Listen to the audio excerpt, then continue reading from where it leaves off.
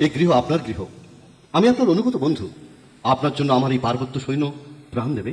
চন্দ্রকেতু, তুমি এই মলয় রাজ্যের অধীশ্বর। তোমার এই অশিক্ষিত সৈন্যকে গ্রিক প্রথায় আমি শিক্ষিত করে তুলব। কিন্তু এই চাণক্যকে?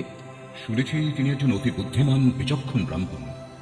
নন্দের প্রতি তার অনেক দিনের ক্রোধ। শুনেছি তিনি বাতাসের সঙ্গে কথা বলেন, অগ্নির সঙ্গে মন্ত্রণা করেন।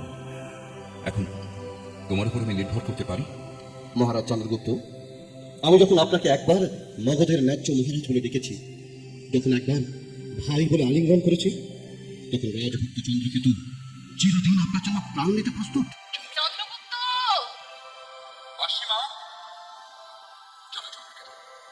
মাতার আশীর্বাদ গ্রহণ করে আসি। বসন্ত ও তোর কিরণ মাখা পাখা তোলে